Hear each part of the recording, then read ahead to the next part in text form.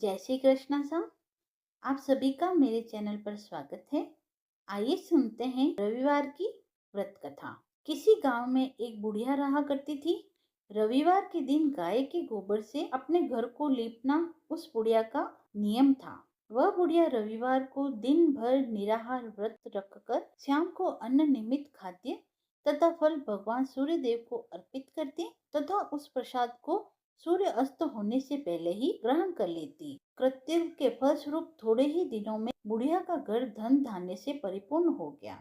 उस बुढ़िया की आर्थिक दशा में प्रगति देखकर उसकी एक पड़ोसन उससे डाह बढ़ने लगी। उसकी पड़ोसन अपने मन में सोचने लगी कि मेरी गाय के गोबर से अपने घर को लीपने पोतने के कारण ही बुढ़िया समृद्धिशाली हुई है। अब उसकी पड़ोसन अपनी गाय का गोबर बुढ़िया को नहीं देना चाहती थी, इसीलिए वह अपनी गाय को घर के भीतर ही बांधने लगी। अगले रविवार के दिन अपना घर लीपने के लिए बुढ़िया गोबर न पा सकी, इसीलिए बड़ी असुविधा हुई।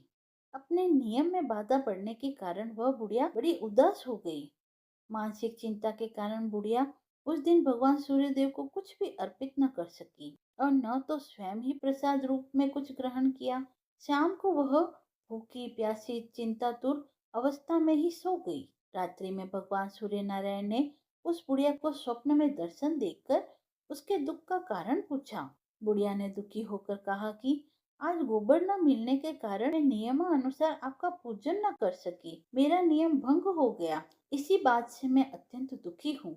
बुढ़िया की बातों से दयाद्र होकर सूर्य भगवान ने कहा कि मैं तुम्हें एक गाय देता हूँ जिससे तुम्हारी इच्छा पूर्ण होगी। मैं तुम्हारे व्रत पालन की निष्ठा से अत्यंत प्रसन्न होकर तुम्हें वरदान देना चाहता हूँ, अर्थात अब से सदैव तुम्हारा घर धन पुत्र आदि से संपन्न रहेगा। इतना कहकर भगवान सूर्यदेव अंतर्निहित हो गए। सुबह उठने पर बुढ़िया ने अपने आंगन में एक बछड़े वाली गाय को देखा। रात्रि में देखे हुए स्वप्न की बात बुढ़िया को याद आने लगी। बुढ़िया ने गाय को घर से बाहर बांधकर उसके चारे की व्यवस्था की। बुढ़िया के दरवाजे पर बंधी हुई गाय को देखकर उसकी ईर्ष्यालु पड़ोसन के आश्चर्य की सीमा न रही। उस गाय के स्वर्णिम गोबर के परित्याग से उसकी पड़ोसन विस्मित रह गई। उसकी पड़ोसन ने उस स्वर्णिम गोबर के स्थान पर अपनी गाय का स्वाभाविक गोबर रखकर उसे उठा लिया, परंतु बुढ़िया उसके इस कपटाचरण का भेद न जान सकी। बुढ़िया की इस अज्ञानता पर भगवान सूर्यदेव ने विचार किया कि मेरी गाय से इस बुढ़िया का उपकार नहीं हो रहा है, इसीलिए भगवान ने अपनी माया से भयंकर झंझावात उत्पन्न कर दिया, जिसके फलस्वरूप बड़े बड़े विशाल वृक्ष भी टूट टूट कर भूमि पर गिरने लगे। इस विनाशकारी दृश्य को देखकर बुढ़िया ने अपनी गाय को घर के भीतर बांध दिया। प्रातःकाल उस गाय से बुढ़िया को स्वर्णिम गोबर प्राप्त हुआ। बुढ़िया अत्यंत प्रसन्न हुई और वह उसकी सुरक्षा के लिए नित्य ही गाय को भीतर बांधती। बुढ़िया की सावधानी से अब उसकी पड़ोसन का कोई वश नहीं चलता था। एक दिन पड़ोसन ने बुढ़िया की गाय छीन लेने के उद्देश्य से एक चाल चली। उसने राजा के पास उपस्थित होकर राजा से निवेदन किया कि महाराज, मेरी पड़ोसन बुढ़िया के पास एक अद्भुत गाय है जो स्वर्ण में गोबर देती है, अतः वह गाय यदि महाराज के पास रहे तो उससे जनता को लाभ हो सकता है। राजा ने उसके प्रलोभन में आकर अपने सिपाहियों को आदेश दिया कि अविलंब तुम लोग जाकर उस गाय को यहाँ लाओ। सिपाहियों ने आज्ञा का पालन किया। अब वह गाय रक्षकों की देख रेख में रहने लगी। रक्षकों के लिए राजा की आज्ञा हुई कि कोई भी गाय का गोबर उठाकर न ले आवे। आदेश देकर राजा महल में चले गए। उस दिन की रात में राजा की प्रसन्नता के कारण नींद नहीं आई। राजा सवेरा होने की प्रतीक्षा उत्सुकता पूर्वक करने लगा। सुबह गाय के पास जाकर देखा, वहाँ स्वाभाविक गोबर के अतिरिक्त कुछ न था। राजा की क्रोधाग्नि भड़क उठी। उसने बुढ़िया को महल में बुलवाया। राजा ने उस बुढ़िया से पूछा, क्या तुम्हारी गाय सोने का गोबर देती है? इस बात की सूचना पर मैंने तुम्हारी गाय मंगवाई थी, फिर क्या कारण है कि गाय स्वर्ण में गोबर न दे सकी? बुढ़िया ने उत्तर दिया, महाराज, गाय के गोबर से घर लीपना मेरा नित्य कर्म है। मैं दिन भर व्रत रखकर सायंकाल भगवान सूर्य को नैवेद्य अर्पित कर उसी प्रसाद को ग्रहण करती हूँ। मेरे पास जब अपनी गाय न थी तो मैं पड़ोसन की गाय के गोबर से घर लीपती थी। देव योग से गोबर के अभाव में मैं एक दिन अपने नियम का पालन न कर सकी। उसी दिन मैं रात्रि में भूखी ही सो गई। रात्रि में भगवान मुझे यह गाय प्रदान की। मेरी ईर्ष्यालु पड़ोसन ने आपको सूचना देकर मेरी गाय मुझसे छिनवा ली। गाय के संबंध में मैं इतना ही जानती हूँ। बुढ़िया की बातों से संतुष्ट हो राजा ने कहा, बूढ़ी माँ मुझे क्षमा करो, मैंने अज्ञातवश तुम्हारी गाय मंगा ली। अब मैं तुम्हारी गाय तुम्हारे घर भेज देता हूँ। इस कार्य के निमित्त तुम्हारी पड़ोसन अपराधी है और उसे इसका दंड मिलना चाहिए। अपनी गाय वापस पाकर बुढ़िया प्रसन्न हो अपने घर चली आई। इसके बाद राजा ने उसकी अपराधीन पड़ोसी को बुलवाकर उसे उचित दंड दिया। उस दिन से राजा ने अपने नगर में घोषणा करा दी कि रविवार के दिन सभी नगरवासी दिन भर व्रत रखकर सूर्य देव का पूजन करें। राजा स्वयं भी रविवार व्रत के नियम का पालन करने लगा। व्रत के प्रभाव से राजा दिग्विजय करता हुआ अपने राज्य का विस्तार करने लगा। व्रत करने वाले पर सूर्य भगवान प्रसन्न होकर उसे धन धान्य से समृद्ध और संपूर्ण रोगों से मुक्त कर देते हैं। इस व्रत के प्रभाव से अंधे और कुष्ठी मनुष्यों को भी विशेष लाभ होता है। हे सूर्य नारायण, जिस प्रकार आप बूढ़ी माँ पर प्रसन्न हुए, उसी प्रकार आपका व्रत करने वाले, आपकी कथा सुनने वाले व कथा सुनाने वाले पर भी प्रसन्न होना और उनकी सभी मनोकामनाओं को पूर्ण करना। रविवार व्रत की कथा समाप्त हुई। तो आइए सुनते हैं सूर्य चालीसा। कनक बदन कुंडल मकर मुक्ता माला अंग, पद्मासन स्थित ध्याये शंख चक्र के संग। जय सविता जय जयति दिवाकर, सहस्त्रांशु सप्ताश्वर तिमिरहर। भानु पतंग मरीचि भास्कर, सविता हंस सुनुर्विभाकर। विश्वासन आदित्य विकर्तन, मार्तेंड्य हरि रूप विरोचन। अंबर मणि खग रवि कहलाते, वेद हिरण्यगर्भ कह गाते।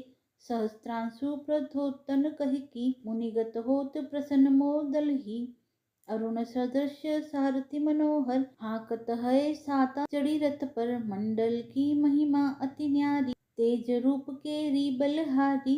उच्च श्रवा सदृश्य है ज्योति, देखी पुरंदर लज्जित होते। मित्र मरीचि भानु अरुण भास्कर, सविता सूर्य अर्क खग कलिकर। पूषा रवि आदित्य नाम ले, हिरण्य गर्भाय नमः कही के। द्वादश नाम प्रेम सो गावे, मत्सक बार बार नवावे। चार पदार्थ जन सो पावे, दुख दरिद्र अघ पुंज नसावे। नमस्कार को चमत्कार यह, विधि हरिहर को कृपा सार यह। सेवे भानु तुम्ही मन लाई, अष्ट सिद्धि नव निधि तेहि पाई। 12 नाम उच्चारण करते, सहस जन्म के पातक टरते। उपाख्यान जो करते तव जन, रिपुसो जम लहते सोते ही छन।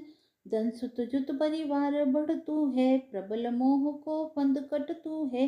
अर्क शीस को रक्षा करते, रवि ललाट पर नित्य विहरते। सूर्य नेत्र पर नित्य विराजत, कर्ण देश पर दिनकर छाजत। भानु नासिका वास करहु नीत, भास्कर करत सदा मुख को हित।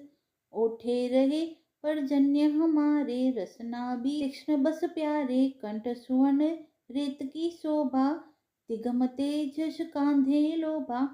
उषाम बाहुमित पीठहि पर, त्वष्टा वरुण रहत सुउष्ण कर। युगल हाथ पर रक्षा कारण, भानुमान उर सरम सु उदरचन। बसत नाभि आदित्य मनोहर, कटिमह रहत मन मुद भर। जंघा गोपति सविता बासा, गुप्त दिवाकर करत हुलासा। विवस्वान पद की रखवारी, 12 बसते नित तमहारी। सहस्त्रांशु सर्वांग समहारे, रक्षा कवच विचित्र विचार। अस जो जन अपने मन माही, भय जग बीच करहु तेहि नाही। दद्रु कुष्ठ देहि कबहु न व्यापे, जो जन या को मन मह जापे।